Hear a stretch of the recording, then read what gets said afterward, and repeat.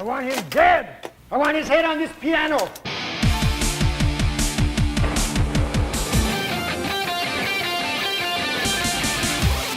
Welcome back to It's Too Bad, the show where we watch terrible films for you and find the good in them. And today, man, do we have a good one. I'm Ted. I'm Jason, and we're starting off 2017 with the first of our viewer-listener requests. This one specifically requested by John in Cleveland. Cleveland, yes. And he asked for us to watch Samurai Cop. And we did. From the first little bit, when you hear that soundtrack pop, you go, oh no, this is going to be terrible. Yeah. But you don't realize until the cameras start to roll and you realize that the whole thing is going to be dubbed over. It surely is. And why? Because they had no sound equipment, Jason. I'm responsible for bringing you from San Diego. Are you sure this is a good bust? Yeah, cocaine. Okay, so cops that are samurai, one from San Diego. Correct. And they tell you he's from San Diego about times. 45 times in 2 minutes. This moron from San Diego. San Diego. You're on your way to San Diego and I'll write the order. To save the day in LA from a samurai drug cartel. Already, we're kind of hearkening back to some of the films we've watched. Yeah. No sound equipment reminds us a lot of Manos, which is sort True. of a level ground for us on what we decide is good and bad. Okay. Miami Connection, we had a Yes. ninja cartel. Okay. And, What year was Miami Connection? oh shoot. Was that, oh, it was in the 80s. It was in the 80s. Okay, this movie's 91. Right. There's a good chance that this man saw this and thought, I could do better. But on the West Coast, Yeah, we'll just kind of like Shaq when he came back on the East. He likes playing on the East Side, Right. but he also likes playing on the West was Side. playing on the so, West Side. you know, I don't remember that song. You should look it up. It's a good one. Now we're telling you to listen to Shaquille O'Neal songs. It's too bad. What is happening? That No. is too bad. Yeah. That is too bad. Kazam. We should do Kazam. We're doing Kazam. We're doing Kazam. That is It's a coming thing. this year. All right. So we're coming back to Samurai Cop. Story, is there one? I couldn't find one. Okay. So no story, bad sound, cinematography. Well, it is kind of being nice. Okay. Most of the shots you see, especially close-ups, are so low in the frame that there's a good 1.5 foot of headspace above their heads. You know, every time. He's giving the actors room to grow, and that's important for a director to give you. So what can we come out of this that goes, you know, you should see this because of... Oh, crap. There is nothing. This Okay. can't be the worst movie we've seen. It's not.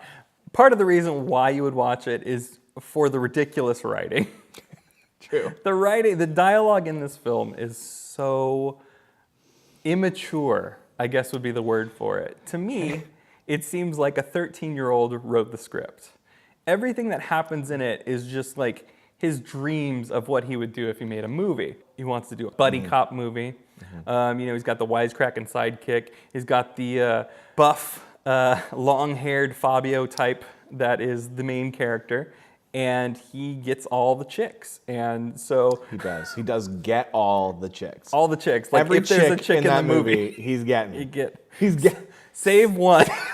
Save one, the redhead who hangs out with the big guy. The big guy, Robert Zadar, Yeah. who's just an icon in 80s schlock. He's basically. delightful. He is delightful. He's delightful. But the idea that you can talk to any woman however you want, and they're going to love it. You could be as sexual, as explicit as you want, and they're going to just dish it right back. I think that's how a 13-year-old mind works. Have you been circumcised? Yeah, I have. Why? Well, your doctor must have cut a big portion of it off. No human being in the right mind in public would have these conversations, No. these sexual No, conversations. not at all. It actually Let gets alone in a worse. hospital. Here's the thing, there are two versions. The one that I saw was on Amazon Prime, which is the full film. There's a RiffTrax version that will save you a bit of distress because the RiffTrax version takes out the softcore sex scenes. Yes. And so for those of you watching that would like to see it but don't want to deal with that, the RiffTrax version is available for you. We were talking before about, okay, what makes this great or good? what makes it not the worst not movie the worst we've seen, movie. I Yeah. think is the Okay. bar we have to set right now. Okay, so what was the worst movie that we've seen? Was it Manos? I think it's a toss-up between Manos and Birdemic. Okay. Birdemic. and so- That's true. Okay, so if that's our bar, these characters seem more interesting still than those two movies. Absolutely. Combined. Like you could Absolutely. take those two movies, put the characters together in a weird situation. Samurai Cop's characters are still more interesting. Every single one of them, Yes. you want to know, where'd you come from? Right. Besides San Diego. You want to know why Samurai Cop is Samurai Cop. We don't see him exhibit his samurai skills for quite some time. So you Quite. want to know why his name is just Samurai for most of the movie. Yeah. The best cop in San Diego is a samurai. So what is happening in San Diego that they need samurais? See, there's the movie we need. Yeah, exactly. San Diego Samurai. The prequel. San Diego Samurai would be the best movie. We should make that. Someone out there. I don't want to make it. So we have the Samurai Cop. Yeah. We have his buddy Frank. Frank Washington. Great Solid. name. I mean, really, we should again. Another movie with Frank Washington would have been better. This Yeah. man, funny, engaging. He's a little cheesy at times. Yeah. But he has a smile to back it up. He And you sure just go, does. oh my gosh, Frank. And for half the movie, that's all you're seeing is his smile. Or reaction to what Samurai is saying to another woman. Yes. Which is, woo! He did not just say that, but he still gets the girl, which is, Exactly. well, good for Samurai. You have the captain, Okay. who I don't know if he has a strong form of Tourette's or if he just likes cursing a lot. You son of a bitch! Come back here, you I feel like these two are the only people he yells at. Yeah, Because I feel like he only has two cops. it also could be true. And that's That's why they had to. It was just Frank, and they're like, "We need somebody Right. else." San Diego's got a lot. I'll get the best guy, and then it'll be like having more people. Perfect. Yeah. Perfect. Because there's only really another cop and then the lady cop. Right. So there's four Four cops cops total. in LA. It's small. It's a small area. To work with. Small This jurisdiction. might be the samurai division, though. Oh, that's true. Could be. This is a new Law and Order. Samurai division. For 90 minutes, though, it's really not that bad. The pacing is decent. It goes fast Yeah. on that. So the only things that slow down are those sex scenes that you go, that's not needed. And they're dragged So- out. You kind of come to expect certain kind of music, a soundtrack for a movie. This one kind of throws you a curveball. And while they have some of the synth rock stuff, a lot of it is very much akin to an old Nintendo game, like an NES Ninja Gaiden type game. And that was fun because a lot of the movie to me seems like a video game. True. Shoot! Shoot him! Shoot! Shoot him! It's a little nostalgic sound, and I don't know whether they were trying to be high tech or what they were trying to do. But to me, I heard it and I'm like, yeah, I can get into this movie. I did too, and I thought some of the tension scenes where they're trying to build that, the music actually fit rather nicely. I felt the tension in the film, and I go, Sure. wow, that for Samurai Cop, I Right. shouldn't feel anything really. But there's two scenes that get super dark. One, when he kills the fourth cop, his wife, right in front of him, and Yeah. then stabs him.